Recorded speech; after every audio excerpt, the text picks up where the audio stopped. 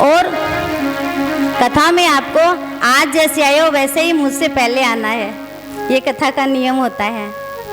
क्योंकि जहाँ पर भक्त की कथा होती है वहाँ पर ठाकुर जी आते हैं, और जहाँ ठाकुर जी की कथा होती है वहाँ पर भक्त आते हैं। तो ये बिल्कुल वैसे ही है जैसे नरसिंह मेहता भक्त है, तो यहाँ पर स्वयं श्री सांवरिया सेठ विराजमान है अपने भक्त की कथा सुनने के लिए।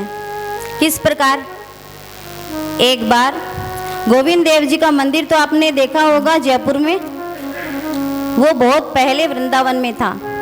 तो गोविंद देव जी के मंदिर में जो प्राचीन काल था, वहाँ पर कथाओं में ये नियम नहीं होता था कि एक जगह बैठकर आपको लंबे समय तक कथा कहनी है या इतने दिन तक कहनी है।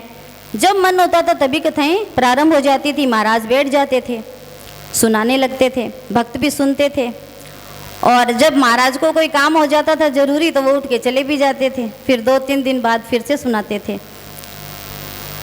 तो इस प्रकार एक महाराज गोविंद देव जी के मंदिर में भगवान के भक्तों की भक्तमाल की कथा सुना रहे थे।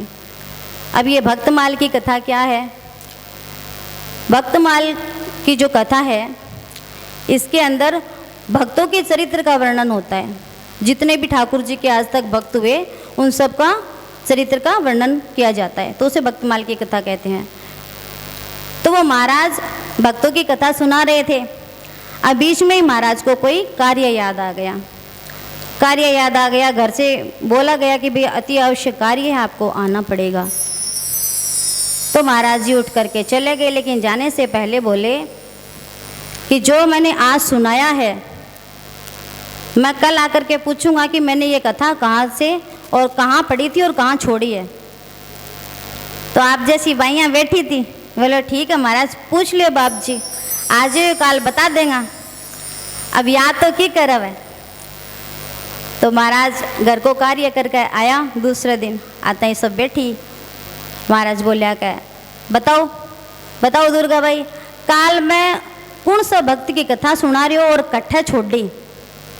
अब पूछता ही दो, माँ तो हवाया उड़ा लगी, कोई के याद को नहीं। दुर्गा भाई कह, बाप जी मन तो काल नींद आ गई, कथा सुनता सुनता मन ध्यान नहीं है, मैं के थे कड़ा छोड़ी। अच्छा तो कन्हैयालाल जी थे, बताओ गए कट्ठा छोड़ी कथा। कन्हैयालाल जी का, बाप जी मैं तो दुकान से आयो आ रहे हो थक्यो है जो, बस मैं तो धंधो मंदो चाल रही हो, ग्यार लाग रही भाई, सुन सोच रही हो, मन तो ध्यान को नहीं। महाराज कह हैं, मैं थाने काल कहो कि मैं कथा जट्ठा छोड़ दूंगा, बट्ठा मैं पूछूंगा पहले, फिर थे के सुनो। महाराज ने झाड़ आ गई, महाराज पाछा उठ कर चला गया।